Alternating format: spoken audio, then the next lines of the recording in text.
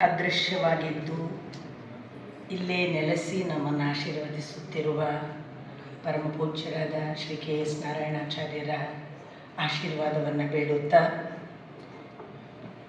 ಅವರ ಹೆಸರಿನಲ್ಲಿ ಒಂದು ಸನ್ಮಾನಕ್ಕೆ ಕಾರಣೀಭೂತರಾಗಿ ನಮ್ಮ ಜೊತೆಗೆ ಕುಳಿತ ಶ್ರೀ ಪ್ರಧಾನ್ ಗುರುದತ್ತ ಅವರನ್ನು ವಂದಿಸಿ ವೇದಿಕೆ ಮೇಲಿರುವ ಎಲ್ಲ ದಿವಾಕರನಿಂದ ತೊಡಗಿ ಋತ್ವಿಕ ಯಜ್ಞಕ್ಕೆ ಆವಾಹನೆ ಮಾಡಿ ಪರಮ ಸಂತೋಷವನ್ನುಂಟು ಮಾಡುವ ವೇಳೆಗೆ ಹರಿಕೃಷ್ಣರು ಹಾಗಲ್ಲ ಹೀಗೆ ಅಂತ ಉಪದೇಶಿಸಿ ರವೀಂದ್ರನಿದ್ದಾನೆ ಇಂದ್ರಲೋಕದಿಂದ ಬಂದಂತೆ ಎಂಬ ಹಾಗೆ ಹೊರಟಾಗ ಗಣೇಶನನ್ನು ಮರೆತರೆ ಹೇಗೆ ಅಂತ ಗಣೇಶನೇ ಆರಂಭಿಸಿ ಈಗ ನೀಲೇಶನ ಲೋಕದವರೆಗೆ ಹೋಗಿ ಬಂದವರೆಗೆ ಈ ವೇಳೆ ಮಾಡಿ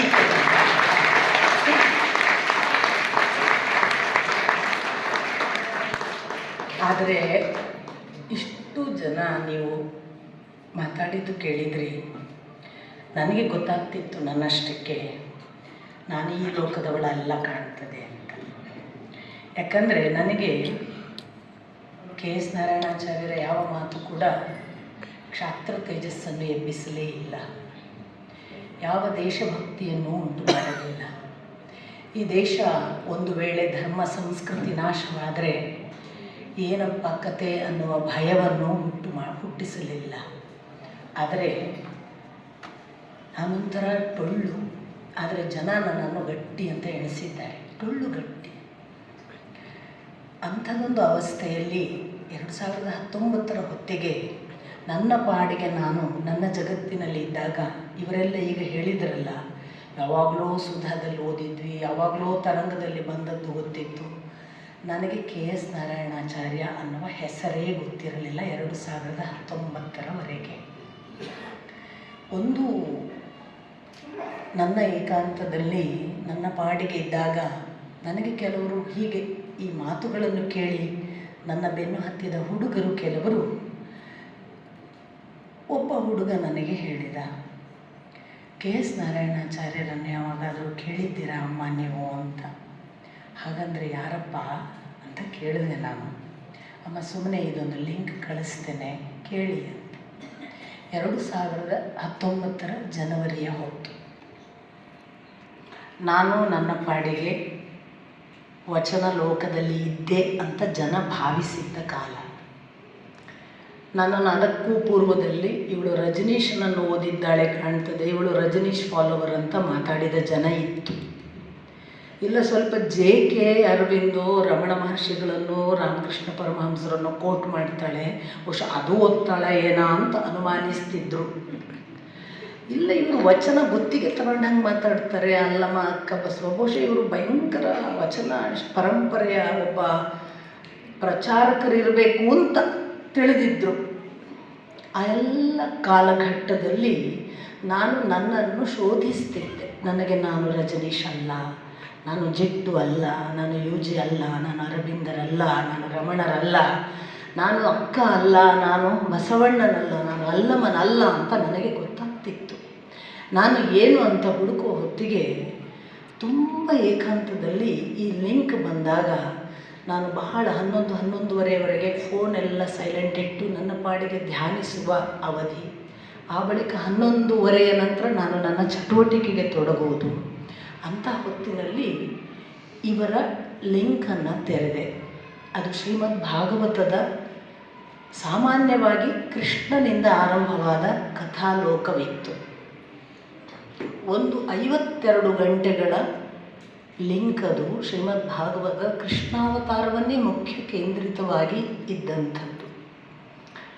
ನಾನು ನನ್ನ ತಂದೆಯ ಶ್ರೀಮದ್ ಭಾಗವತ ಕೇಳಿದ್ದೆ, ಆದರೆ ಅದು ನನ್ನನ್ನು ಬೌದ್ಧಿಕವಾಗಿ ಒಂದಿಷ್ಟು ಅಲುಗಾಡಿಸಿದ್ದೆ ಬಿಟ್ಟರೆ ನನಗೆ ಮತ್ತೆ ಆ ಕಡೆಗೆ ಇಣುಕಿ ನೋಡಬೇಕು ಅನ್ನುವ ಹಸಿವು ಉಂಟು ಮಾಡಿದ್ದಿಲ್ಲ.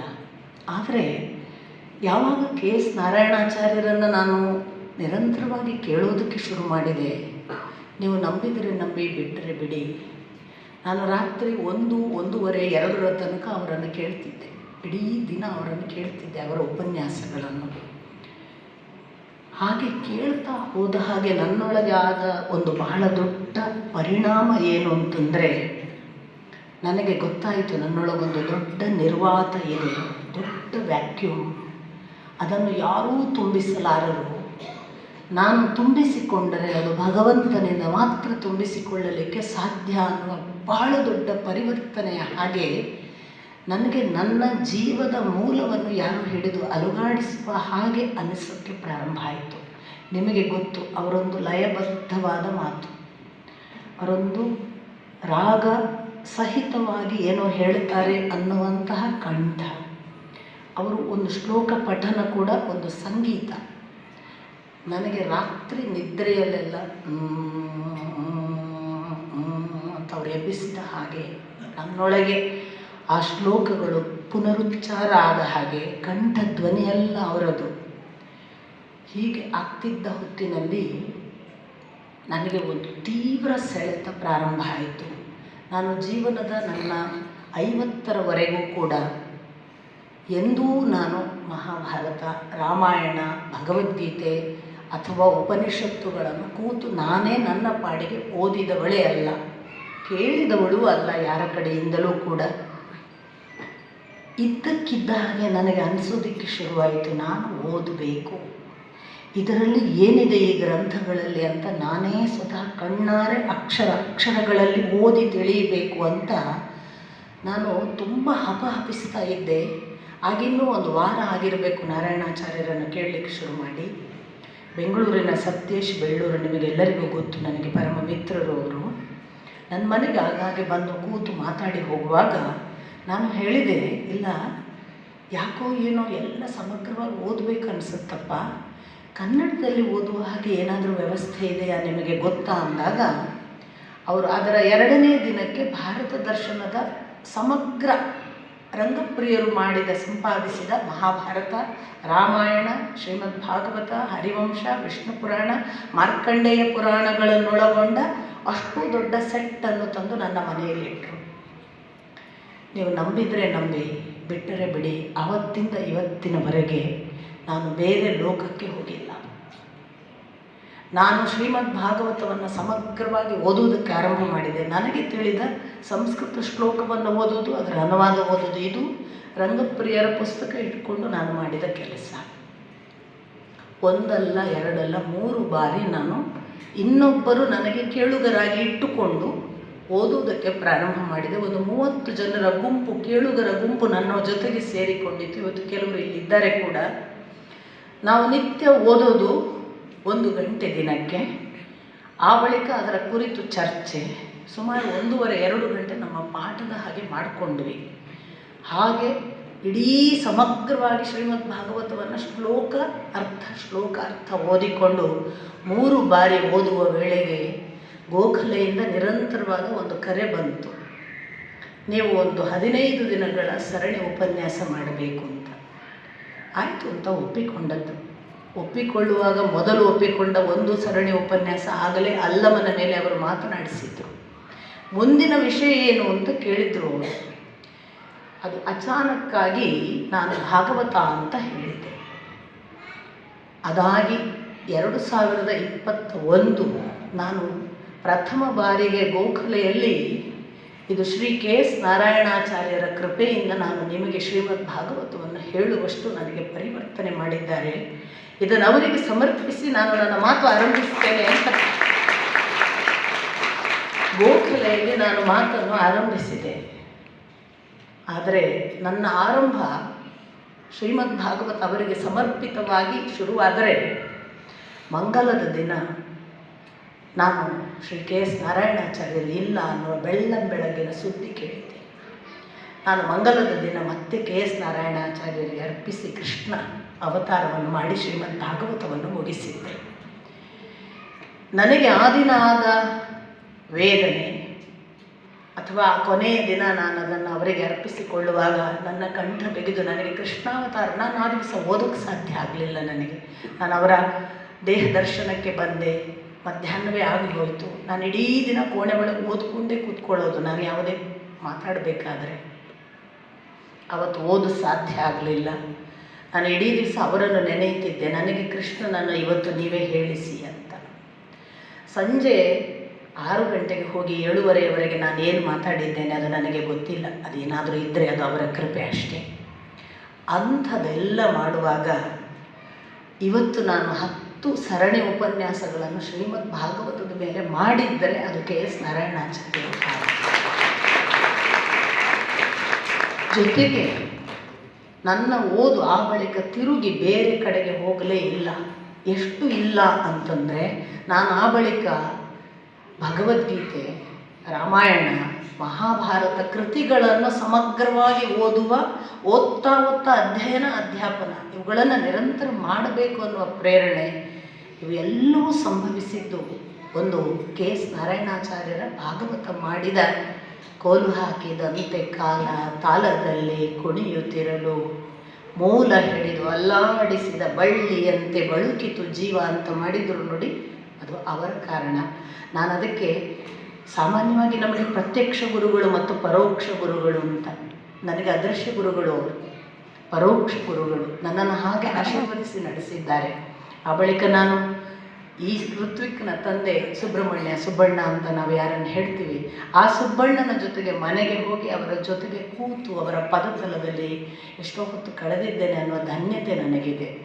ಆದರೆ ನಾನು ಈಗ ನಿಮಗೆ ಇಷ್ಟು ಹೊತ್ತಿನಿಂದ ನೀವು ಕೇಳಿದ ಎಲ್ಲ ಭರಾಟೆಯ ಒಂದು ಜಗತ್ತಿನ ಆಚೆಗಿನ ಒಂದು ಸತ್ಯವನ್ನು ಎಚ್ಚರಿಸಬೇಕೇನೋ ಅಂತ ನನಗನ್ನಿಸುತ್ತೆ.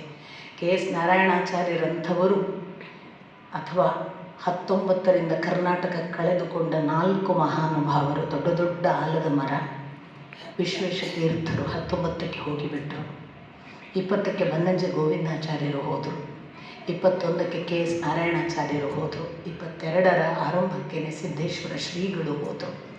ಬಹಳ ದೊಡ್ಡ ನಷ್ಟ. ನಾವಿವಾಗ ಅವರನ್ನು ಮಾತಾಡಿ ನಮ್ಮ ಕೆಲಸ ಮುಗಿಸೋದಲ್ಲ, ನಾವು ನಡಿಬೇಕು. ಸಿದ್ದೇಶ್ವರ ಶ್ರೀಗಳದ್ದೊಂದು ಮಾತು ಇದೆ, ಈ ಭಾರತೀಯ ಪರಂಪರೆಯಲ್ಲಿ ಹೇಳಲಿಕ್ಕೆ ಏನೂ ಉಳಿದಿಲ್ಲ, ಎಲ್ಲ ಹೇಳಿಯಾಗಿದೆ, ನಡೆಯಲಿಕ್ಕೆ ಉಳಿದಿದೆ. ನಾವು ನಡೀತೀವಿ. ಅವರು ಹಾಗೆ ಹೇಳಬೇಕಾದ್ರೆ ಎಷ್ಟು ಸಮಗ್ರ ಓದಿದ್ದಾರೆ ನೋಡಿ. ನಮಗೆ ಅಲ್ಪ ಸ್ವಲ್ಪ ಓದಿದಾಗಲೇ ಅನಿಸುತ್ತೆ ಇನ್ನೆಂತ ನಾವು ಹೇಳೋದು ಅಂತ. ಅವರು ಎಷ್ಟು ಸಮಗ್ರವಾಗಿ ಓದಿ ಆ ಮಾತು ಹೇಳಿದರು, ಇನ್ನು ನಡೆಯಲಿಕ್ಕೆ ಉಳಿದಿದೆ. ನಾವೆಲ್ಲ ಆರಾಮ್ ಕೂತಿದ್ದೇವೆ, ನಾವು ಯಾರೋ ಇನ್ನೊಬ್ಬರ ಜೊತೆಗೆ ಯುದ್ಧ ಮಾಡೋದಕ್ಕೆ ಸಿದ್ಧರಾಗ್ತಿದ್ದೇವೆ. ಪರೀಕ್ಷಿತನಿಗೆ ಎಳೆಯ ದಿನ ಅಂತ ಗೊತ್ತಾಯಿತು, ಬದುಕು ಇನ್ನು ಎಳೆಯ ದಿನ ಅಂತ. ನಮಗೇನು ದೂರ ಉಂಟ ಸ್ವಾಮಿ? ನನಗೆ ವೈಯಕ್ತಿಕವಾಗಿ ಯಾವತ್ತೂ ಅನಿಸೋದು ನಮಗೆ ದೂರವಿಲ್ಲ. ನಮ್ಮ ದೇಶ ಛಿದ್ರವಾಗುವುದರಲ್ಲಿದೆ. ನಿಮಗೆ ಗೊತ್ತಿರಲಿಕ್ಕೆ ಸಾಕು, ಇವತ್ತು ಸೈನ್ಸ್ ಮತ್ತು ಯಾವ ಜಿಯಾಲಜಿ ಅಂತ ಹೇಳ್ತೇವೆ ಅದು ಹೇಳ್ತಿದೆ, ಭೂಮಿ ಒಂದು ಕ್ರ್ಯಾಕ್ ಬಿಡ್ತಿದೆ, ಅದರಲ್ಲಿ ಭಾರತ 3 ಭಾಗ ಆಗುವ ಎಲ್ಲ ಸಾಧ್ಯತೆ ಕಾಣ್ತಿದೆ. ದೇಶವನ್ನು ಯಾವನೋ ಹೊರಗಿನ ಶತ್ರು ಒಡೆಯೋದಿಲ್ಲ. ಹೊರಗಿನ ಶತ್ರು ಏನಾದರೂ ಮಾಡಿದರೆ ಅದು ಕಾಸ್ಮಿಕ್ ಅರೇಂಜ್ಮೆಂಟ್. ಹೊರಗಿನ ಶತ್ರುವಿನಿಂದ ನಾವು ಸೋತರೆ ಅದು ಶರಣಾಗತತ್ವಕ್ಕೆ ಒಂದು ಭಾಗ. ಹೊರಗಿನ ಶತ್ರು ನಮ್ಮ ಧರ್ಮವನ್ನು ನಾಶ ಮಾಡಿದರೆ ಅದು ಕಾಸ್ಮಿಕ್ ಅರೇಂಜ್ಮೆಂಟ್, ವಿಶ್ವ ವ್ಯವಸ್ಥೆ. ವೈಶ್ವಿಕವಾದ ಒಬ್ಬ ಲೆಕ್ಕಾಚಾರ ಮಾಡುವ ಭಗವಂತನಿದ್ದಾನೆ. ಅವನಿಗೆ ಗೊತ್ತು ಈ ಧರ್ಮ ಎಷ್ಟು ಕಾಲ ಇರಬೇಕು, ಈ ಧರ್ಮ ಹೇಗಿರಬೇಕು, ಹೇಗಿದ್ದರೆ ಸರಿ, ಹೇಗಿಲ್ಲದಿದ್ದರೆ ತಪ್ಪು ಅಂತ. ನಾವು ತಿಳಿದಿದ್ದೇವೆ, ನಾವೇ ಗುತ್ತಿಗೆದಾರರು, ನಾವೇ ರಕ್ಷಿಸುವವರು. ಮಾತು ಹೌದು, ಧರ್ಮೋ ರಕ್ಷತೆ ರಕ್ಷಿತಃ. ಅದರಿಂದ ಧರ್ಮವನ್ನು ರಕ್ಷಿಸಬೇಕು ಅಂತ ನಾವು ಒಂದು ಕಡೆಯಲ್ಲಿ, ಹೌದು ಅದು ಈ ಕಾಲಘಟ್ಟಕ್ಕೆ ಅನಿವಾರ್ಯವಾಗಿ ತೋಳು ಎತ್ತಿ ನಾವು ಹೊರಟ ಒಂದು ಧೀರಪಥ. ಆದರೆ ಆಂತರಂಗಿಕವಾಗಿ ನಷ್ಟ ಮಾಡಿಕೊಳ್ಳದೆ ನಮ್ಮೊಳಗೆ ಒಬ್ಬ ಇದ್ದಾನಲ್ಲ, ಪರೀಕ್ಷಿತನಿಗೆ 7 ದಿನ ಅಂತ ಗೊತ್ತಾದ ಹಾಗೆ ನಮಗೆ ಇನ್ನೆಷ್ಟು ದಿನ ಗೊತ್ತಿಲ್ಲ. ನಾವು 3 ಭಾಗ ಆಗುವಾಗ ಅದು ಬೆಂಗಳೂರಿನಿಂದ ಮುಂಬೈ, ಮುಂಬೈಯಿಂದ ಕಲ್ಕತ್ತಾದಿಂದ ಮತ್ತೆ ಬೆಂಗಳೂರು ಅಂತ ಒಂದು ಟ್ರಯಾಂಗಲನ್ನು ಕೂಡ ಅಮರೀಶ್ ವರ್ಮಾ ಅನ್ನುವ ಸಾಧಕರು ಮಾಡಿ ತೋರಿಸಿ ಹೋಗಿದ್ದಾರೆ. ಇಷ್ಟೇ ಕಾಲ ಇಷ್ಟು ಸರ್ವೈವ್ ಆಗುತ್ತೆ ಇಡೀ ಭಾರತದಲ್ಲಿ ಅಂತ. ಉಳಿತಾರೆ ಯಾರು? ನಾನು ನಿರಾಶೆ ಮಾತಾಡ್ತೇನೆ ಅಂತ ನಿಮಗನಿಸಿದರೆ ಅದು ಪರೀಕ್ಷಿತನ ಸ್ಥಿತಿ ಅನ್ನುವ ಎಚ್ಚರ ಬೇಕು. ಇದು ನಿರಾಶೆ ಅಲ್ಲ. ನಮಗೆ ಎಷ್ಟೋ ಜನ್ಮದ ನಂತರ ಮನುಷ್ಯ ಜನ್ಮ. ಇದನ್ನು ಹಾಳು ಮಾಡಿದರೆ ನೆರೆ ಕೆನ್ನೆಗೆ ತೆರೆಗಲ್ಲಕ್ಕೆ ಶರೀರ ಗೂಡು ಹೋಗದ ಮುನ್ನ, ಮುಪ್ಪಿನಿಂದ ಒಪ್ಪ ಅಳಿಯದ ಮುನ್ನ ಶಿವನ ನೆನೆಯಿರೋ ಈ ಜನ್ಮ ಬಳಿಕಿಲ್ಲ ಅಂತ ಅವರು ಹೇಳುವಾಗ, ಮಾನವ ಜನ್ಮ ದೊಡ್ಡದು ಅದ ಹಾನಿ ಮಾಡಬೇಡರಿ ಹುಚ್ಚಪ್ಪಗಳಿರ ಅಂದಾಗ, ಹ್ಯಾಂಗೆ ಮಾಡಲಯ್ಯ ಕೃಷ್ಣ ಹೋಗುತ್ತಿದೆ ಆಯುಷ್ಯ ಅಂದಾಗ, ಮತ್ತೆ ಎಲ್ಲ ಶರಣರು, ಎಲ್ಲ ದಾಸರು, KS ನಾರಾಯಣಾಚಾರ್ಯರಂಥವರು, ಬನ್ನಂಜೆ ಅಂಥವರು, ಅಥವಾ ವಿಶ್ವೇಶ ತೀರ್ಥರು, ಅಥವಾ ಸಿದ್ದೇಶ್ವರ ಶ್ರೀಗಳು ಸತ್ಯವೂ ಇಲ್ಲ, ಅಸತ್ಯವೂ ಇಲ್ಲ, ಸಹಜವೂ ಇಲ್ಲ, ಅಸಹಜವೂ ಇಲ್ಲ, ನಾನೂ ಇಲ್ಲ, ನೀನೂ ಇಲ್ಲ, ಇಲ್ಲ ಎಂಬುದು ತಾನಿಲ್ಲ, ಗುಹೇಶ್ವರ ತಾ ಬಯಲು ಅನ್ನುವ ಸಿದ್ದೇಶ್ವರ ಶ್ರೀಗಳ ಬಿಲ್ಲಿನ ಮಾತು ಅಲ್ಲಮನದಿರುವಾಗ ನಮಗೆ ಗೊತ್ತಿರಬೇಕಾದ ಒಂದು ಸತ್ಯ, ನಾವು ಹೋರಾಟ ಮಾಡೋಕ್ಕೆ ಬಂದವರಲ್ಲ. ನಾವು ಇನ್ನೊಬ್ಬ ಶತ್ರುಗಳ ವಿರುದ್ಧ ಜಯಿಸಿ ಗೆದ್ದು ಹೋಗಲಿಕ್ಕೆ ಮೆರೆದಾಡಲಿಕ್ಕೆ ಬಂದವರಲ್ಲ. ಅಂತರಂಗದಲ್ಲೊಬ್ಬ ಇದ್ದಾನೆ, ಅವನನ್ನು ಯಾವತ್ತೂ ನೋಡೋದು. ಎರಡು ಹಕ್ಕಿ ನಿರಂತರ ಇದೆ, ಒಂದು ತಿನ್ನುವುದರಲ್ಲಿ ಮುಳುಗಿ ಹೋಗಿದೆ, ಇನ್ನೊಂದು ನೋಡ್ತಾ ಇದೆ. ಆ ನೋಡುವುದರ ಬಗ್ಗೆ ನಮಗೆ ಕಾರುಣ್ಯವೇ ಇಲ್ಲವೋ? ನೋಡುವವನಿಗೆ ಎಷ್ಟು ಕಾರುಣ್ಯ. ಅಂಥದನ್ನೆಲ್ಲ ಹೇಳಿದ ಆ ವಾಕ್ಯಗಳನ್ನು ನಾನು ಆರಿಸಿ ಪೋಣಿಸಿಕೊಂಡಿದ್ದೇನೆ. ನನಗೆ ಹೃದಯಾಂತರ್ಗತರು ಕೆ ಎಸ್ ನಾರಾಯಣಾಚಾರ್ಯರು, ನನಗವರು ಹೊರಗಿಲ್ಲ. ನಾನು ನಡೆಯುವಾಗ ನಾನು ನೆನೆಯುವುದು ಅಂಥವರನ್ನು, ಅಂಥ ಮಹಾತ್ಮರನ್ನು. ನೀವು ನಡೆದಿದ್ದೀರಿ, ನಡೆಸಿದವರು. ಒಬ್ಬ ವ್ಯಕ್ತಿ ಇಂಗ್ಲೀಷ್ ಪ್ರೊಫೆಸರ್, ಎಷ್ಟು ವರ್ಷಗಳ ಕಾಲ ಶೇಕ್ಸ್ಪಿಯರ್, ಎಲಿಯಟನ್ನು ಹೇಳಿದವರು, ಈಡ್ಸನ್ನು ಹೇಳಿದವರು, ಕೇಟ್ಸನ್ನು ಹೇಳಿದವರು, ಎಷ್ಟು ಕಾಲ ಹೇಳಿದರು. ಆದರೆ ನಡೆದದ್ದವರು ಇಡೀ ಶಾಸ್ತ್ರ ಪರಂಪರೆಯನ್ನು. ಹಾಗಾಗಿ ನಾವು ತೋರುವುದೇ ಬೇರೆ, ಇರುವುದೇ ಬೇರೆ. ನಾವು ತೋರಿಸುವುದನ್ನು ಈಗ ಪ್ರದರ್ಶನ ಮಾಡಲಿಕ್ಕೆ ಬಂದವರಲ್ಲ, ಇರುವುದು ಯಾವುದು ಅದನ್ನು ಹುಡುಕ್ಲಿಕ್ಕೆ ಬಂದವರು. ಅಂಥದ್ದೊಂದು ಪ್ರೇರಣೆಯನ್ನು ನನಗೆ ಸತತವಾಗಿ ಕೆ ಎಸ್ ನಾರಾಯಣಾಚಾರ್ಯರಂಥವರು, ಸಿದ್ದೇಶ್ವರ ಶ್ರೀಗಳಂಥವರು, ನಮ್ಮ ಅಪ್ಪ ಬನ್ನಂಜಯಂಥವರೆಲ್ಲ ಮಾಡಿರೋದು ಅದೇ ಕೆಲಸವನ್ನು. ಹಾಗಾಗಿ ಜಗತ್ತು ಏನು ಹೊರಗೊಂದು ಮುಳುಗುವ ಅವಸ್ಥೆಯಲ್ಲಿದೆಯಲ್ಲ, ಅದು 7 ದಿನ, 70 ದಿನ, 7 ವರ್ಷ, 700 ವರ್ಷ ಯಾವುದೋ ಇರಬಹುದು. ಅದರೊಳಗೆ ನಾವು ಒಂದಿಷ್ಟು ಕಾಲ ಬಂದು ಹೋದದ್ದು ಖಂಡಿತ ನಮ್ಮೊಳಗಿನ ಆ ಭಗವಂತನನ್ನು ಒಮ್ಮೆ ನೋಡಕ್ಕೆ ಸಾಧ್ಯನಾ? ಒಮ್ಮೆ ಅವನ ಜೊತೆಗೆ ನಮಗೆ ಮೀಟಿಂಗ್ ಪಾಯಿಂಟೇ ಇಲ್ವಾ? ಎಷ್ಟು ಜನರಿಗಾಗಿ ಎಷ್ಟು ಕಾಲ ಮೀಟಿಂಗ್ ಪಾಯಿಂಟಿಗೆ ಕಾದಿದ್ದೇವೆ, ಎಂತೆಂಥ ಪಾರ್ಕಿನಲ್ಲಿ ಲವರನ್ನು ಕಾದಿದ್ದೇವೆ, ಎಂತೆಂಥ ಜಗತ್ತಿನ ಯಾವ ಮೂಲೆಗಳಲ್ಲೆಲ್ಲ ಕಾದುಕೊಂಡು ಬರಲಾರದ ಎಂತೆಂಥ ಅಧಿಕಾರಿಗಳಿಗಾಗಿ ಕಾದಿದ್ದೇವೆ, ಯಾವುದೋ ಕೆಲಸಕ್ಕಾಗಿ ಯಾರ್ಯಾರದು ಕಾಲು ಹಿಡಿಯುವುದಕ್ಕೆ ಕಾದಿದ್ದೇವೆ. ಆ ಭಗವಂತನಿಗಾಗಿ ಕಾಯೋದೇ ಇಲ್ವಲ್ಲ ನಾವು ಅಂತ ನನ್ನ ದುಃಖ. ಅದೆಲ್ಲದರ ಪ್ರೇರಣೆ ಶ್ರೀಮದ್ ಭಾಗವತದಿಂದ, ಶ್ರೀಮದ್ ಭಾಗವತದ ಪ್ರೇರಣೆ ಕೆ ಎಸ್ ನಾರಾಯಣಾಚಾರ್ಯರಿಂದ. ಹಾಗಾಗಿ ನಾನು ಎಲ್ಲಿ ಮೂಲ ಅಂತ ನೋಡಿದರೆ ಅಂಥ ಅದಕ್ಕೆ ನಾನು ಹೇಳಿದ್ದು, ಒಂದು ದೊಡ್ಡ ಆಲದ ಮರ ನಾಶವಾಗುವುದು ಅಂದರೆ ಅದು ಇಷ್ಟರವರೆಗೆ ಪಸರಿಸಿದ ಗಾಳಿ ನಾಶವಾಗುವುದು, ಅದು ಇಷ್ಟರವರೆಗೆ ಕೊಟ್ಟ ನೆರಳು ನಾಶವಾಗುವುದು, ಅದು ಇಷ್ಟರವರೆಗೆ ಹಿಡಿದಿಟ್ಟ ನೀರು ನಾಶವಾಗುವುದು, ಅದು ಇಷ್ಟರವರೆಗೆ ಆಸರೆ ಕೊಟ್ಟ ಗಿಡ ಮರದ ಪೊಟರೆಗಳಲ್ಲೆಲ್ಲ ಇರುವ ಪಶು ಪಕ್ಷಿಗಳು ನಾಶವಾಗುವುದು. ಒಂದು ಮರ ನಾಶವಾಗುವುದಲ್ಲ. ಅಂಥ ಅಷ್ಟು ದೊಡ್ಡ ಪರಂಪರೆ ನಾಶವಾಗದ ಹಾಗೆ ನಮ್ಮ ಕೆಲಸ, ನಾವಲ್ಲೊಂದು ಪೊಟರೆಯಲ್ಲಿ ಒಂದಿಷ್ಟು ಕಾಲ ಬದುಕಿದ್ದೇವಲ್ಲ, ಹೊರಗೆ ಬಂದು ಮತ್ತೊಂದು ಆಲದ ಮರಕ್ಕೆ ಅದರಲ್ಲಿ ಇದ್ದು ಮತ್ತೆ ಬಿಸಿ ಉಂಡು ಅಲ್ಲಿ ಮತ್ತೆ ಬೆಳೆಸುವುದಕ್ಕೆ ನಮ್ಮ ಕರ್ತವ್ಯ ಇದೆ ಅಂತ ನನಗೆ ಅನಿಸುತ್ತೆ. ಅದನ್ನು ಮೈಮರೆತು ಯಾವುದೋ ಆರ್ಭಟದಲ್ಲಿ ಮುಳುಗಿ ಹೋದರೆ ಖಂಡಿತ ಮುಖಾವಲೋಕನ ಮಾಡೋದಿಲ್ಲ. ಕನ್ನಡಿ ಇರೋದು ನಾವು ಎಷ್ಟು ಚಂದ ಅಂತ ನೋಡೋದಕ್ಕಲ್ಲ, ನಮ್ಮೊಳಗಿನ ದೋಷ ಯಾವುದು, ಆ ಕನ್ನಡಿಯ ಧೂಳು ಎಷ್ಟಿದೆ, ನನ್ನ ಪ್ರತಿಬಿಂಬದ ಒಳಗೆ ಇನ್ಯಾವನಿದ್ದಾನೆ, ಆ ಪ್ರತಿಬಿಂಬದಲ್ಲಿ ನಾನು ಮಾತ್ರವ. ದಿನಕ್ಕೆ ಎಷ್ಟು ಸಾರಿ ಕನ್ನಡಿ ನೋಡುವಾಗ ಒಂದು ದಿನ ಆ ಪ್ರತಿಬಿಂಬದಲ್ಲಿರುವ ಅವನು ಕಂಡಿದ್ದಾನೆ, ಕಾಣುವ ಸಾಧ್ಯತೆ ಇದೆಯಾ, ಆ ಕಡೆಗೆ ಯಾಕೆ ನೋಡೋದಿಲ್ಲ? ಇದು ನನ್ನ ದುಃಖ. ಅಂಥ ಕೆಲಸವನ್ನು ನಾನು ನಿರಂತರ ಮಾಡುವ ಪ್ರಯತ್ನ ಮಾಡ್ತೀನಿ ಅಂತ ನಾನು ನಾರಾಯಣಾಚಾರ್ಯರನ್ನು ಕೇಳಿದಾಗೆಲ್ಲ ಅಂದ್ಕೊಂಡಿದ್ದೀನಿ.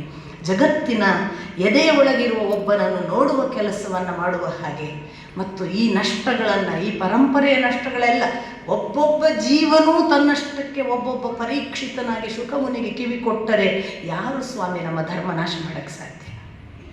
ಯಾವ ಪರೀಕ್ಷಿತ ಕೊಲ್ಲಕ್ಕೆ ಸಾಧ್ಯ? ಯಾವ ಪರೀಕ್ಷಿತನ ಧರ್ಮ ಇಲ್ಲವಾಗಿತ್ತು? ನಮ್ಮ ಒಳಗೆ ಎಲ್ಲರೊಳಗೂ ಒಬ್ಬೊಬ್ಬ ಪರೀಕ್ಷಿತ, ಒಬ್ಬೊಬ್ಬ ಶುಕಮುನಿಯನ್ನು ನಾವು ಮುಖಾಮುಖಿ ಮಾಡಿಕೊಳ್ಳುವ, ಮತ್ತು ಆ ಮೂಲಕ ನಮ್ಮೊಳಗೊಂದು ಭಗವದ್ಗೀತೆ, ನಮ್ಮೊಳಗೊಬ್ಬ ಕೃಷ್ಣ, ನಮ್ಮೊಳಗೊಬ್ಬ ಆವಿಷ್ಕಾರ ಆಗುವ ಭಗವಂತ, ಅವನ ಮುಖಾಂತರ ನಡೆಯಲಿಕ್ಕೆ ಹೊರಟಾಗ ಯಾವ ತಕ್ಷಕ ನಮ್ಮನ್ನು ಕೊಂದಾನು? ಈ ತಕ್ಷಕನಿಗೆ ಹೆದರಲಿಕ್ಕೆ ಇಲ್ಲ ಅನ್ನುವುದನ್ನು ಅಷ್ಟು ಸಂದೇಶ ಕೊಟ್ಟ ಪರೀಕ್ಷಿತನು ಕೆ ಎಸ್ ನಾರಾಯಣಾಚಾರ್ಯರು, ಹೆಸರೇ ನಾರಾಯಣಾಚಾರ್ಯ. ಹಾಗಾಗಿ ಅಂಥ ಎಲ್ಲ ಸಾಧ್ಯತೆಗಳ ಕಡೆಗೆ ಒಮ್ಮೆ ಮುಖ ಮಾಡುವುದಕ್ಕೆ ಒಂದು ಕಿಟಕಿ ಆಗಲಿ ಇಂಥ ಸಂಸ್ಮರಣೆ ಅಂತ ನಾನು ಭಾವಿಸ್ತೇನೆ. ನಾವು ಹೋರಾಟ ಮಾಡಲಿಕ್ಕೆ ಬಂದದ್ದಲ್ಲ ಅಂದಾಗ ನೀವು ಹಾಗಾದರೆ ಇದೆಲ್ಲ ಆದದನ್ನು ನೋಡ್ಕೊಂಡು ಕೂತ್ಕೋಬೇಕಾ ಅಂತ ನನ್ನ ಹತ್ರ ಖಂಡಿತ ಕೇಳ್ತೀರಿ. ಎಲ್ಲವೂ ಸರಿಯೇ. ಈ ಕಾಲಕ್ಕೆ ಹೀಗೂ ಒಂದು ಪ್ರಚೋದನೆ, ಇಂಥದ್ದೊಂದು ಪ್ರತಿಭಟನೆ ಎಲ್ಲ ಆದಾಗಲೂ ಕೂಡ ಒಳಗೊಂದು ಎಚ್ಚರ ನಿರಂತರ ಇರಬೇಕು ಅನ್ನುವುದೇ ನನ್ನ ಮಹದಾಶಯ. ಆ ಅರ್ಥದಲ್ಲಿ ಎಲ್ಲರೂ ಈಗ ತುಂಬ ಒಳ್ಳೊಳ್ಳೆ ನೀಲೇಶ್ ಓಕ್ ಅಂತವರು ಸಿಗ್ತಾರೆ ಅನ್ನೋದೇ ನಮ್ಮ ಪುಣ್ಯ ಕರ್ನಾಟಕದವರದ್ದು ನನ್ನ ಪ್ರಕಾರ. ಆ ಬಳಿಕ ಅದು ಗಣೇಶರಿರ್ಬೋದು, ಅವರು ಮಾಡಿದ ರಿಸರ್ಚ್ ವರ್ಕ್ ನೋಡಿ. ಒಬ್ಬ ಕೆ ಎಸ್ ನಾರಾಯಣಾಚಾರ್ಯರನ್ನು ಮಾತಾಡಬೇಕಾದ್ರೆ ಎಷ್ಟು ಸಂಶೋಧನಾತ್ಮಕವಾಗಿ ಓದ್ಕೊಂಡು ಬಂದು ಎಲ್ಲ. ಅಂದರೆ ಇಲ್ಲಿ ಯಾರು ಕೂಡ ರವೀಂದ್ರ ಜೋಶಿ ಇರ್ಬೋದು, ಹರಿಕೃಷ್ಣ, ಅವರು ಎಲ್ಲರನ್ನೂ ಸಮನ್ವಯಗೊಳಿಸುವ ಒಂದು ಗುಣದಿಂದ ಮಾತನಾಡ್ತಾರಲ್ಲ, ಆ ಅರ್ಥದಲ್ಲಿ ನಾನು ಹೇಳೋದು, ಎಲ್ಲರನ್ನೂ ಸಮನ್ವಯಗೊಳಿಸುವ ಹೊತ್ತಿಗೆ ಹೊರಗಿನ ಲೋಕದ ಬಾಂಧವ್ಯ ಬೆಸೆಯುವ ಆ ಒಂದು ಭರಾಟೆಯಲ್ಲಿ ಒಳಗಿರುವ ಭಗವಂತ ಎಚ್ಚರಾಗದೆ ಹೋಗುವುದು ಬೇಡ. ನಮ್ಮೊಳಗೆ ಅವನಿದ್ದಾನೆ. ಅದನ್ನು ಎಚ್ಚರಿಸಿದ ಕೆ ಎಸ್ ನಾರಾಯಣಾಚಾರ್ಯರನ್ನು ನಾನು ನಿರಂತರ ಸ್ಮರಿಸ್ತೇನೆ.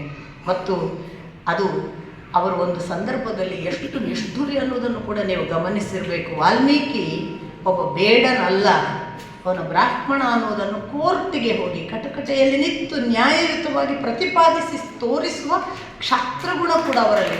ನಾನು ಅದನ್ನೆಲ್ಲ ಬೆಳೆಯೋದು ಅಂದರೆ ಒಂದು ಜನಾಂಗಕ್ಕೆ ಸೀಮಿತಗೊಳಿಸುವ ಯಾವುದೋ ಒಂದು ಕುಕೃತ್ಯಗಳನ್ನು ಕೂಡ ಅವರು ಸಹಿಸ್ತಿರಲಿಲ್ಲ. ಏಕಕಾಲಕ್ಕೆ ಅದನ್ನು ನಿಷ್ಠುರವಾಗಿ ಪ್ರತಿಪಾದಿಸುವಾಗ ಸಮರ್ಥನೆಗಳನ್ನು ಆಧಾರ ಸಹಿತ ಐತಿಹಾಸಿಕವಾಗಿ ಎಲ್ಲ ಶ್ಲೋಕಗಳ ಆಧಾರದಲ್ಲಿ. ಇವತ್ತು ರಾಮ ಜನ್ಮಭೂಮಿಯಲ್ಲಿ ರಾಮ ಪ್ರತಿಷ್ಠಾಪನೆ ಆಗಿದ್ದರೆ ಅದಕ್ಕೆ ಶ್ರೀ ರಾಮಭದ್ರಾಚಾರ್ಯರಂತಹ ಶಾಸ್ತ್ರೋತ್ಸಜ್ಞರು ಕಾರಣ. ಯಾಕೆಂದರೆ ಅವರು ಹೋಗಿ ಕೋರ್ಟಿನ ಕಟಕಟೆಯಲ್ಲಿ ಶಾಸ್ತ್ರೋಕ್ತವಾಗಿ ಎಲ್ಲೆಲ್ಲಿ ರಾಮ ಇಲ್ಲಿದ್ದ ಅನ್ನುವುದಕ್ಕೆ ಕೊಟ್ಟ ಸಮರ್ಥನೆಗಳನ್ನು ಹೇಗೆ ಅಲ್ಲಗಳೆಯೋದು? ನಾನು ಅವುಗಳನ್ನು ಅಲ್ಲಗಳೆಯೋದಲ್ಲ, ಆದರೆ ಅದೇ ನಮ್ಮ ದಾರಿಯಲ್ಲ. ಹೊರಗೆ ತುಂಬ ತಿರುಗಾಡಲಿಕ್ಕಿದೆ. ಜಗತ್ತು ತಿರುಗಿ ಆಯಸ್ಸಿನಲ್ಲಿ ಮುಗಿಸಬಹುದು. ಅಷ್ಟು ತಿರುಗಾಡಿದರೂ ಜಗತ್ತಿನಲ್ಲಿ ಮುಗಿಸಿ ಬರುವಷ್ಟು ಸಮಯ ನಮಗಿದೆ. ಒಳಗೊಬ್ಬನಿದ್ದಾನಲ್ಲ, ಅವನಿಗೆ 100 ವರ್ಷ ಸಾಲುವುದಿಲ್ಲ. ಅವನನ್ನು ಹುಡುಕುವ ಕಡೆಗೆ ಕೆ ಎಸ್ ನಾರಾಯಣಾಚಾರ್ಯರು ನಮಗೆ ಕಾರಣಕರ್ತರಾಗಲಿ ಅಂತ ನಾನು ಪ್ರಾರ್ಥಿಸ್ತೇನೆ. ಅವರ ಒಂದು ಕಾರಣವಾಗಿ ತನ್ನ ಉದ್ಯೋಗ ವೃತ್ತಿ, ಯಾವುದೋ ದೊಡ್ಡ ಸಾಫ್ಟ್ವೇರ್, ಅದರಲ್ಲಿರುವ ಹಣ, ಅದರಲ್ಲಿದ್ದಂತಹ ಪ್ರತಿಷ್ಠೆ, ಅದರಲ್ಲಿ ಬರಬಹುದಾದಂತಹ ಸೌಕರ್ಯ ಸೌಲಭ್ಯಗಳನ್ನು ಕಳಚಿಕೊಂಡು ಕೆ ಎಸ್ ನಾರಾಯಣಾಚಾರ್ಯರ ಮಾದರಿಯನ್ನಿಟ್ಟುಕೊಂಡು ಒಂದು ಗುರುಕುಲದಂತಹ ಶಾಲೆ ಮಾಡಬೇಕು ಅನ್ನೋ ಹುಡುಗರ ಮನಸ್ಸಿದೆಯಲ್ಲ, ಪೃಥ್ವಿ ಅಥವಾ ಮಂಜುನಾಥ್ ಅವರ ಉದ್ಭವ, ಇದು ನಾವು ಮಾಡಲಿಕ್ಕೆ, ಇದು ನಾವು ಚಿಕ್ಕವರಲ್ಲಿ ಬೀಜ ಬಿತ್ತಲಿಕ್ಕಿರುವುದು. ಮತ್ತು ಸುಬ್ಬು ಹೇಳಿದರು, ಅವರ ಅಪ್ಪನ ಪರಂಪರೆ ಅದು. ಸುಬ್ರಹ್ಮಣ್ಯ ಕೂಡ ಹಾಗೆ, ಒಳ್ಳೆಯದೆಲ್ಲಿದ್ರು ಬಂದಾಯಿತು ಪುಸ್ತಕ ಮಾಡ್ತೀನಿ, ಕೊಡಿ ಅಂದಾಯಿತು ಪುಸ್ತಕ ಪ್ರಕಟಿಸಿದಾಯಿತು. ನಾನಂತೂ ಅವರನ್ನು ನನ್ನ ಹೋದ ಜನ್ಮದ್ದು ಈ ಜನ್ಮದ್ದು ಅಣ್ಣನೋ ಅಂತ ತಿಳಿದಿದ್ದೇನೆ. ಆ ಸುಬ್ಬಣ್ಣನ ಮಗ ಋತ್ವಿಕ್ಕಿಗೂ ಅಂಥದ್ದೇ ಒಂದು ಪ್ರಚೋದನೆ, ಪ್ರೇರಣೆ ಆಗ್ತದಲ್ಲ. ಇದು ನಾವೀಗ ಹುಟ್ಟಿಸ್ಲಿಕ್ಕಿರೋದು ಈ ಥರದ ಬೀಜಕ್ಷೇಪಗಳನ್ನು ಮಾಡಬೇಕು. ಹೆಚ್ಚು ಹೆಚ್ಚು ಸಣ್ಣ ಸಣ್ಣ ಹುಡುಗರಲ್ಲಿ ಈ ನಮ್ಮೊಳಗಿನ ಒಂದು ಆಂತರ್ಯ ಬೆಳಿಬೇಕಲ್ಲ, ಆ ಕೆಲಸ ಆಗಬೇಕು. ಅದನ್ನು ನಾರಾಯಣಾಚಾರ್ಯರು ಹೊರಗೆ ಕ್ಷಾತ್ರದ ಭಾವವನ್ನು ಹುಟ್ಟಿಸಿ, ಅದಕ್ಕೆ ಎಷ್ಟೋ ಸಾರಿ ಅವರು ಹೇಳುವ ಅರ್ಜುನನ ಪುಂಸಕ ಅನ್ನುವ ಹೇಡಿ ಅನ್ನುವ ಮಾತುಗಳನ್ನೆಲ್ಲ ನಾನು ಒಪ್ಪೋದಿಲ್ಲ. ಆದರೆ ಅವರು ಹೇಳುವಾಗ ಅದರ ಹಿಂದೆ ಇರುವ ಆ ಭಾವ ಮೀಟುವ, ಅರ್ಜುನನನ್ನು ಎಚ್ಚರಿಸುವ ಕೃಷ್ಣ ಪ್ರಭೆ ಇದೆಯಲ್ಲ, ಅದು ನನಗಿಷ್ಟ. ಅಂಥ ಕೃಷ್ಣ ಪ್ರಭೆಯನ್ನು ಎಚ್ಚರಿಸುವ ಕೆಲಸ. ನಮ್ಮ ಒಳಗಿನ ಭಗವಂತ ಇದ್ದಾನೆ. ನಾವು ಹೊರಗೆ ಹುಡುಕಿ ಸೋತಿದ್ದೇವೆ. ನಮ್ಮೊಳಗೆ ಒಬ್ಬ ಅವಿಜ್ಞಾತ ಮಿತ್ರನಿದ್ದಾನಲ್ಲ, ಆ ಅವಿಜ್ಞಾತನನ್ನು ಪುರಂಜನ ಉಪಾಖ್ಯಾನ ಹೇಳುವ ಹಾಗೆ ನಾವು ಒಮ್ಮೆ ಮೀಟ್ ಆದರೆ ಮತ್ತೊಬ್ಬ ಸೆಕೆಂಡ್ ಫ್ರೆಂಡ್ ಬೇಡ. He is a faithful friend, such a faithful friend. I can count on him, I can count on him to that very end ಅಂತ ನಾನು ಕಾನ್ವೆಂಟ್ನಲ್ಲಿ ಕಲಿತ ಹಾಡು. ಯಾವ ಧರ್ಮದಲ್ಲೂ ಒಳ್ಳೆಯದೇ ಇದೆ, ದುಷ್ಟರು ಅದನ್ನು ಹಾಳು ಮಾಡಿದ್ದಾರೆ. ಎಲ್ಲ ಧರ್ಮದಲ್ಲೂ ಒಳ್ಳೆಯವರಿದ್ದಾರೆ, ಕೆಟ್ಟವರು ಕೆಡುಕುಗಳನ್ನು ಹೆಚ್ಚಿಸ್ತಿದ್ದಾರೆ. ಒಳಿತುಗಳನ್ನು ಹೆಚ್ಚಿಸುವ ಕೆಲಸಗಳಾಗಬೇಕು. ದುಷ್ಟರಿಗೆ ದುಷ್ಟತನ ಮರ್ಯಾದೆ ಅಲ್ಲ, ದುಷ್ಟರಿಗೆ ಸೌಜನ್ಯದಿಂದ ಮಾಡುವ ದಾರಿ ಕೂಡ ಇದೆ ಅನ್ನುವುದನ್ನು ಮರೆತಿದ್ದೇವೆ. ಮತ್ತು ಒಂದು ಬಹಳ ದುಃಖದ ಸಂಗತಿ, ರಾಜಕಾರಣ ಇದೆಯಲ್ಲ, ಅದನ್ನೇ ಅವರು ಪದೇ ಪದೇ ಕಂಡೆಮ್ ಮಾಡ್ತಿದ್ದು. ಜಗತ್ತಿನ ಇಷ್ಟು ವಿನಾಶಕ್ಕೆ ಕಾರಣವಾದದ್ದು ಒಂದು ಇದ್ದರೆ ಅದು ರಾಜಕಾರಣ, ಬೇರೆ ಇನ್ಯಾರೂ ಅಲ್ಲ.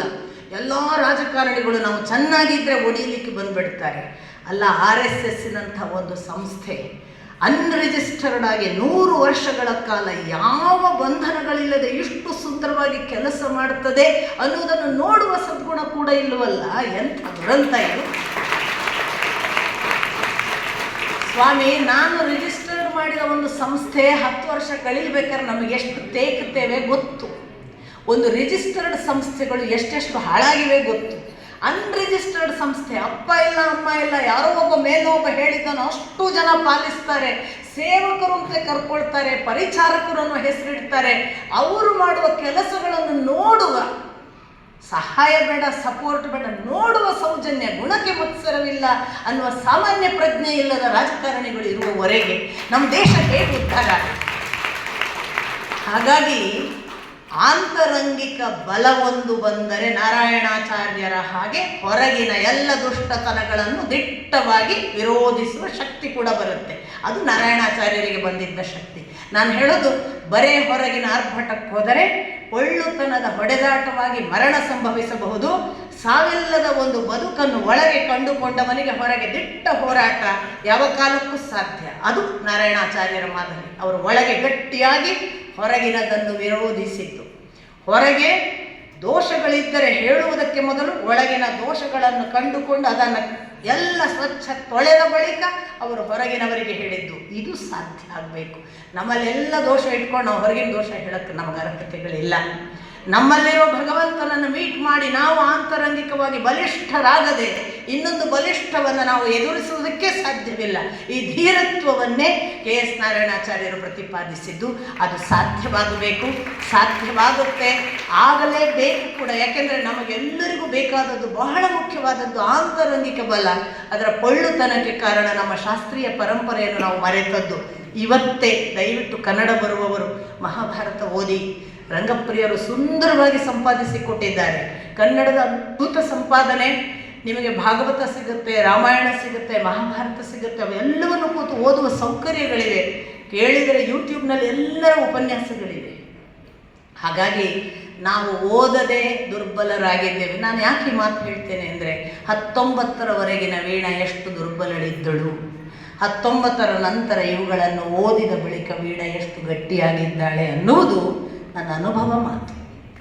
ನಿಮಗೆ ಕಾಣದೇ ಇರಬಹುದು ನನ್ನ ಒಳಗಿನ ಪರಿವರ್ತನೆ. ನನಗೆ ಗೊತ್ತು ನನ್ನೊಳಗೆ ಯಾವ ಭಗವಂತ ಪ್ರತಿಷ್ಠಾಪಿಸಿಕೊಂಡಿದ್ದಾನೆ, ನನ್ನನ್ನು ಅವನು ಹೇಗೆ ರಕ್ಷಿಸ್ತಿದ್ದಾನೆ, ನನ್ನೊಳಗೆ ಅವನು ಕೂತ ಪರಿ ಏನು. ಇದನ್ನು ಅನುಭವಿಸಬೇಕಾದರೆ ಓದಿ, ಅಂತರಂಗದಿಂದ ಓದಿ. ಪುಸ್ತಕಕ್ಕಾಗಿ ಓದಬೇಡಿ, ಅಕ್ಷರಕ್ಕಾಗಿ ಓದಬೇಡಿ, ಇನ್ನೊಬ್ಬರ ಜೊತೆಗೆ ಚರ್ಚಿಸಲಿಕ್ಕಾಗಿ ಓದಬೇಡಿ, ವಿಮರ್ಶೆಗಾಗಿ ಓದಬೇಡಿ. ನಿಜವಾಗಿ ನಮ್ಮ ವ್ಯಾಸರು, ವೇದವ್ಯಾಸ ಮಹರ್ಷಿಗಳೊಂದು ಮಾತು ಹೇಳಿದ್ರಲ್ಲ, ಇಲ್ಲಿ ಇರುವುದು ಇನ್ನೆಲ್ಲಿಯೂ ಇಲ್ಲದೇ ಇಲ್ಲ, ಇಲ್ಲಿ ಇಲ್ಲದ್ದು ಇನ್ನೆಲ್ಲಿಯೂ ಇರೋದಕ್ಕೆ ಸಾಧ್ಯ ಇಲ್ಲ ಅಂತ ಹೇಳಬೇಕಾದ್ರೆ ಆ ಮಹಾತ್ಮನಿಗೆ ಯಾವ ಮಟ್ಟದ ಕಾನ್ಫಿಡೆನ್ಸ್ ಅದು ನಿಮ್ಮಲ್ಲಿ ಕ್ರಿಯೇಟ್ ಆಗುತ್ತೆ. ಆ ಬಲ, ಆ ವಿಶ್ವಾಸ, ಆ ಆಂತರಂಗಿಕ ಶಕ್ತಿ ಬಲಿಯುವುದಕ್ಕೆ ಈ ಪೂಜ್ಯರ ನೆನಪು ಕಾರಣವಾಗಲಿ. ಅಂಥದಕ್ಕೆ ಈ ಮಕ್ಕಳು ಕೈ ಜೋಡಿಸಿದ್ದಾರಲ್ಲ, ಅವರಿಗೆ ನಾನು ಮತ್ತೆ ಮತ್ತೆ ಹೇಳುವುದು, ನಾವು ದೊಡ್ಡವರಿದ್ದರೆ ವಯಸ್ಸಿನಿಂದ ಚಿಕ್ಕವರೇ, ನಾನು ಕೂಡ ಬಹಳ ಚಿಕ್ಕವಳು, ಆದರೆ ವಯಸ್ಸಿನಿಂದ ನಾವೇನಾದರೂ ದೊಡ್ಡವರಿದ್ದರೆ ನಮ್ಮ ರಕ್ತ ಮಾಂಸ ತೆಗೆದುಕೊಳ್ಳಿ, ನೀವು ಬೆಳೆಯಿರಿ, ನಾವು ನಿಮ್ಮ ಜೊತೆಗಿದ್ದೇವೆ, ಕೂಡಿ ನಡೆಯೋಣ. ಈ ದಾರಿ ನಮಗೆ ಮುಂದೆ ಕಷ್ಟ ಇದೆ, ನಮ್ಮ ಧರ್ಮಕ್ಕೆ ಕಷ್ಟ ಇದೆ, ನಮ್ಮ ದೇಶಕ್ಕೆ ಕಷ್ಟ ಇದೆ, ಎಲ್ಲ ಮಾತುಗಳನ್ನು ಗಟ್ಟಿಯಾಗಿ ಕಿವಿಗೆ ಕೇಳಿಕೊಳ್ಳೋಣ. ಅಂತರಂಗದಲ್ಲಿ ನಮ್ಮನ್ನು ನಾಶ ಮಾಡುವುದಕ್ಕೆ ಯಾರಿಗೂ ಸಾಧ್ಯವಿಲ್ಲ. ನಾವು ಎಲ್ಲರೂ ಭಗವಂತನನ್ನು ಕಾಣಲಿಕ್ಕೆ ಹೊರಟ ಪರೀಕ್ಷಿತರು. ನಾವು ಸತ್ತರೂ ಮತ್ತೆ ಹುಟ್ಟುವುದು ಅವನನ್ನೇ ನೆನೆದು. ಯಾಕೆಂದರೆ ಕೃಷ್ಣ ಹೇಳಿದ್ದಾನಲ್ಲ, ಯಾರನ್ನು ನೆನೆದು ಸಾಯುತ್ತೀಯೋ ಅದೇ ಆಗಿ ಹುಟ್ಟುತ್ತೆ. ನೆನೆದು ಸಾಯೋಣ. ನಮಗೊಮ್ಮೆ ಎದೆ ಕೊಡುವ ಸಂದರ್ಭ ಬರಬಹುದು. ಕೃಷ್ಣ ಅಂತ ನೆನೆದರೆ ನಾವು ಕೃಷ್ಣನ ಬಳಿಯೇ ಹುಟ್ಟಬೇಕು. ಅಷ್ಟರ ಮಟ್ಟಿಗಿದೆ ಅವನ ಕಾನ್ಫಿಡೆನ್ಸ್. ನಮೇ ಭಕ್ತ ಪ್ರಣಶ್ಯತಿ ಅಂತ ಆಶ್ವಾಸನೆ ಕೊಟ್ಟ ಮಹಾಭಗವಂತ ಅವನು ಕೈಬಿಟ್ಟಾನು ಹೇಗೆ? ಆದ್ದರಿಂದ ಇಂಥ ಎಲ್ಲ ಧೀರತ್ವವನ್ನು, ಧೀರತ್ವ ಅನ್ನುವ ಶಬ್ದಕ್ಕೆ ಅರ್ಥ ಧೀ ಅಂದರೆ ಜ್ಞಾನ, ಅದರಲ್ಲಿ ರಮಿಸುವವ. ಜ್ಞಾನದಲ್ಲಿ ರಮಿಸುವವನು ಮಾತ್ರ ಧೀರ. ಯಾವನು ಮಿಲಿಟರಿಯ ಒಬ್ಬ ಧೀರ ಅಂತ ನಾವು ಆ ಮನುಷ್ಯನನ್ನು ಕರೆಯಲಿಕ್ಕೆ ಆಗೋದಿಲ್ಲ. ಯಾಕಂದರೆ ಅವನದ್ದು ಜ್ಞಾನದಿಂದ ಬಂದ ಧೈರ್ಯ ಅಲ್ಲ, ಅವನದ್ದು ಒಂದು ಟ್ರೈನಿಂಗಿನಿಂದ ಬಂದ ದೈಹಿಕ ಅಭ್ಯಾಸ ಧೀರತ್ವ ಅಲ್ಲ. ಅದು ಆಂತರಂಗಿಕ ಗಟ್ಟಿತನ. ಅದನ್ನು ನಿರಂತರ ಪ್ರಚೋದಿಸಿದ್ದು ನಾರಾಯಣಾಚಾರ್ಯರು. ಯುದ್ಧ ಬೇಡ, ಅದಕ್ಕೆ ಆಂತರಂಗಿಕ ಶಕ್ತಿ ಸಾಕು. ನಿಮಗೆ ಒಂದು ಮಾತು ಹೇಳುತ್ತೇನೆ, 10 ಜನ 100 ಜನ ಬಂದು ನಿಂತಾಗ ಒಬ್ಬ ವ್ಯಕ್ತಿ ಸಾಕು, ಬಾರಯ್ಯ ಏನು ಮಾಡ್ತೀವಿ ಬಾ ಅಂತ ನಿಲ್ಲಕ್ಕೆ. ಅದಕ್ಕೆ ಆಂತರಂಗಿಕ ಶಕ್ತಿ ಸಾಕು, ಕೈಯಲ್ಲಿ ಆಯುಧಗಳು ಬೇಕಾಗಿಲ್ಲ. ಈ ಆಂತರಂಗಿಕ ಶಕ್ತಿ ಬೆಳೆಯುವುದು ನಮ್ಮ ಶಾಸ್ತ್ರ ಪರಂಪರೆಯಿಂದ, ನಮ್ಮ ಧರ್ಮದ ಒಳ ತಿರುಳುಗಳನ್ನು ಅರ್ಥ ಮಾಡಿಕೊಳ್ಳುವುದರಿಂದ, ಉಪನಿಷತ್ಕಾರರು ಬಿಟ್ಟು ಹೋದ ಸತ್ಯಗಳನ್ನು, ವೇದದ ರಸಗಳನ್ನು ನಮ್ಮೊಳಗೆ ಅಂತರ್ಗತ ಮಾಡಿಕೊಳ್ಳುವುದರಿಂದ ಅದನ್ನು ಮಾಡಿ ಹೋದವರು ನಾರಾಯಣಾಚಾರ್ಯರು. ಅಂತ ಪೂಜನೆಯ ಕೆಲಸ ಮುಂದುವರಿಯಲಿ. ನಾವು ಮಾಡುವ ಪೂಜೆ ಅದು ಅವರ ಪಾದಕ್ಕೆ ಸಮರ್ಪಿತವಾಗಲಿ. ನಮ್ಮ ಪ್ರತಿ ಕೆಲಸ ಕೆಡುಕಾದರೆ ಅದು ಅವರಿಗೆ ಮಾಡುವ ದೋಷ, ನಮ್ಮ ಪ್ರತಿ ಕೆಲಸ ಪೂಜನೀಯವಾದರೆ ಅದು ಅವರಿಗೆ ಸಲ್ಲುವ ಸಮರ್ಪಣೆ.